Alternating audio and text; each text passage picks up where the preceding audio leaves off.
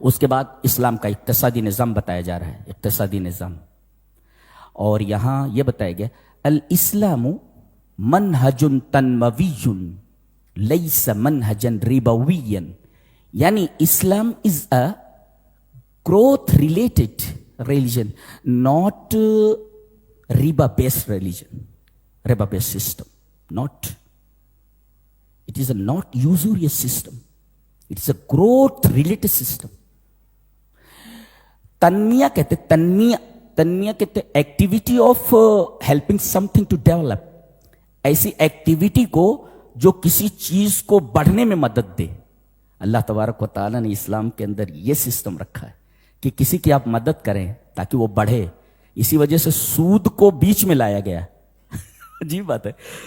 مفسر لکھتا ہے الملاحظ ان آیات الربا جاءت بین الانفاق والربا لتوضح ان الاسلام لا يحرم شيئا الا وياتي بالبدیل الاصلح.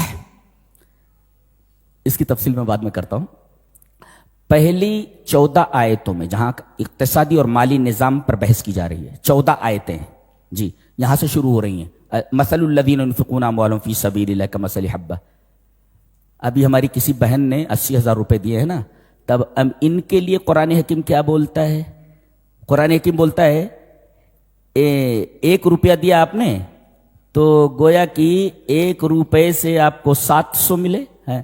1 روپے فی سنبلت اللہ، میں گن بھی نہیں سکتا. واللہ یضاعف لمن یشاء واللہ واسع. یہ جو آپ نے دیا ہے میں بتا نہیں سکتا آپ کو کتنا ملنے والا ہے. یہ قرآن حکیم کی آیت دیکھ لیجئے، اور وقت نہیں ہے ورنہ تفصیل وہ کیلکولیٹ کر کے میں بتا دیتا. جی بہت بڑی بات ہے یہ. تو گویا کہ 14 آیتوں میں اسلام کا مالی نظام بتایا گیا ہے. صدقہ کرو. صدقے کا مطلب کیا ہے؟ Activity of helping someone to develop. بڑھو، تم بڑھو. 14 آیتیں. اور عجیب بات تو یہ ہے کہ بیچ میں ایک بات کہی گئی لیس علیک ھداھم ولکن اللہ یہدی من یشاء. آپ کے اوپر ان کی ہدایت نہیں ہے. یہ کن کا تذکرہ ہے؟ یعنی اگر غیر مسلم بھی ضرورت مند ہے تو اپنے صدقے سے اس کی مدد کر دو. یہ اسلام کا دل ہے. یہ ہم اسلام کے پیچھے پڑے ہوئے. مسلمان نماز پڑھا تو لات سے مار رہا ہے پولیس والا. کیا ہے یہ بھائی؟ یہ سب کیا ہے؟ یہ اسلام ہے. یہ وہ کہہ رہا ہے اگر غیر مسلم بھی ضرورت مند ہے تو اسے بھی صدقہ دو اور اس کو پیر پر کھڑا کر دو. ہدایت کا جہاں تک معاملہ ہے وہ تمہاری ذمہ نہیں. لیس علیک ھداھم ولکن اللہ یہدی من یشاء. لیکن ضرورت پر اس کی مدد کرنا یہ سسٹم ہے، قرآن کا قانون ہے یہ اسلام کا. اس کی مدد کی جائے. یہ درمیان میں بات ہے. تو 14 آیتوں میں صدقے کا بیان ہے، کسی کو اٹھا دینا. پھر بیچ میں سود کا بیان ہے. یہ نالائق کہتے تھے انما البیع مثل الربا. سود تو خرید و فروخت کی طرح ہے، جیسے تجارت میں سے سود. ہم یہ گلاس بیچ رہے ہیں 10 روپے میں، خریدا 5 روپے میں، تو 5 روپے جو نفع لے رہے ہیں، ایسے ہی ہم آپ کو 100 روپیہ دے رہے ہیں، 110 روپیہ لے رہے ہیں، تو انما البیع مثل الربا ہما تساویان. دونوں بوتھ آر ایکولس، دونوں برابر ہیں.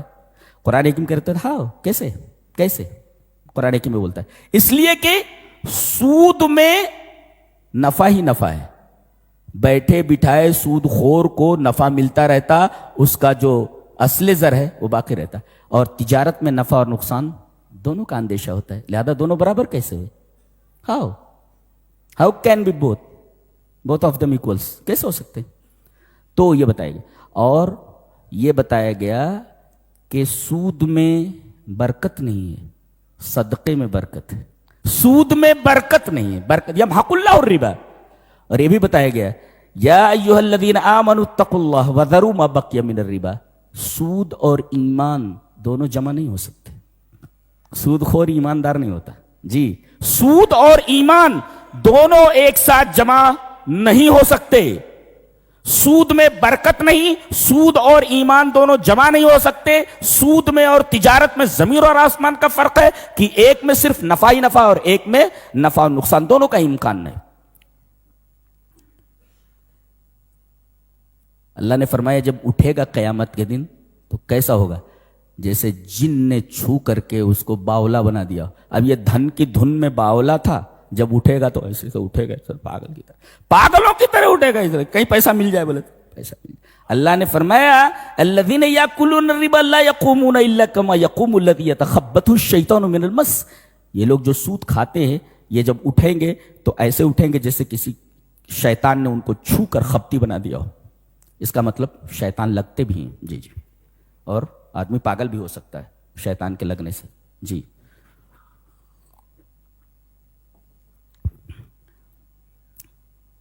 سود حرام ہے اور صدقہ حلال ہے. سود حرام ہے کیوں؟ سب سے بڑی دلیل ہے اللہ نے کہا ہے, خلاص احل اللہ البیع وحرم الربا. اللہ نے تجارت کو حلال کیا ہے اور سود کو حرام کیا ہے, بس کسی دلیل کی ضرورت نہیں.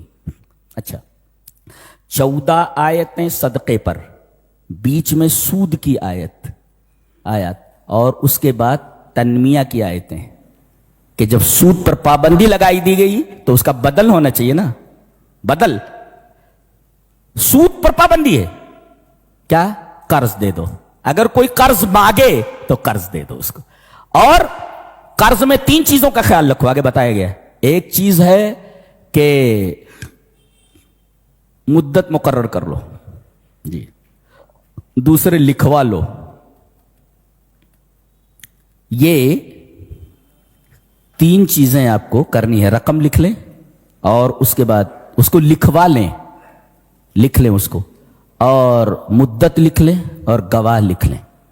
تو 3 چیزیں ہوئی, رقم لکھ لیں, مدت لکھ لیں اور گواہ بنا لیں.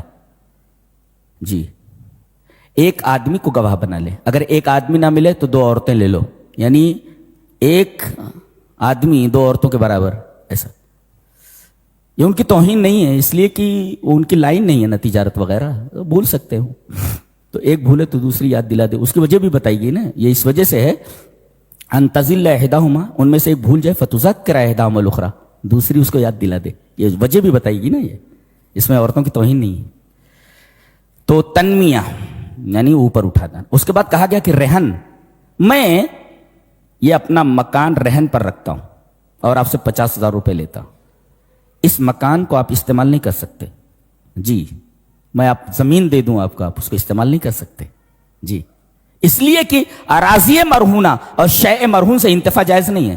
اگر آپ اس گھر میں رہے نا تو آپ کرایہ دیجئے, جتنا کرایہ اس جیسے مکان کا ہوتا ہے, یہ مائنس ہوتا رہے گا اس کے قرض سے, آپ اس میں نہیں رہ سکتے. بعض لوگ کیا کرتے ہیں, رہن پر لے لیتے ہیں اور اس کے بعد کرایہ پر چڑھا دیتے, تو کھاتے. حرام ہے یہ, کھلا ہوا حرام ہے یہ, حرام ہے یہ. وہ تو شیورٹی کے لیے آپ لیتے ہیں نا, کہ اگر یہ نہیں دے سکا تو بیچ کر کے ہم لے لیں گے.